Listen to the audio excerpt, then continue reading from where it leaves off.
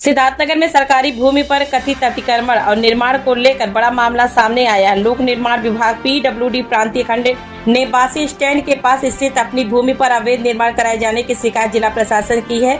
विभाग का दावा है कि सरकारी अभिलेखों में दर्ज भूमि पर कुछ लोगों द्वारा निर्माण कार्य कराया जा रहा है, जिसके संबंध में जिला अधिकारी को पत्र भेजकर तत्काल हस्तक्षेप और कार्रवाई की मांग की गई है।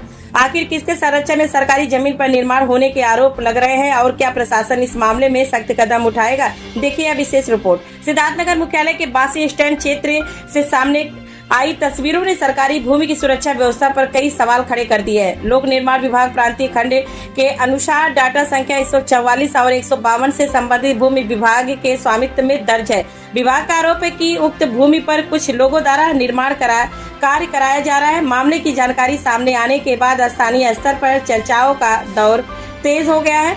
सबसे बड़ी बात यह है कि जिस भूमि को विभाग अपनी संपत्ति बता रहा है, उसी पर निर्माण गतिविधियां जारी रहने की शिकायत की गई है। मामले की गंभीरता को देखते हुए अधिशासी अभियंता लोक निर्माण विभाग प्रांतीय खंड कमल किशोर ने जिलाधिकारी शिवशरप्पा जीएन को पत्र भेजकर निर्माण कार्य रुकवाने तथा सरकारी भूमि को सुरक्षित कराने की मांग की है।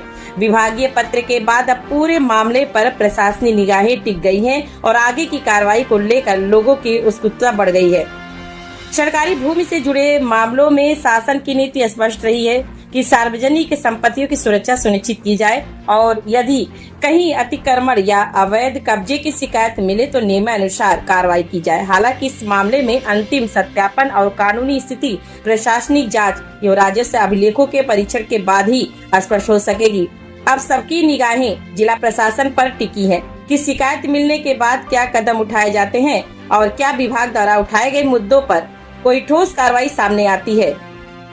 फिलहाल लोक निर्माण विभाग ने सरकारी भूमि पर निर्माण कार्य का आरोप लगाते हुए प्रशासन से हस्तक्षेप की मांग की है। अब यह मामला जांच और प्रशासनिक कार्रवाई के दायरे में है।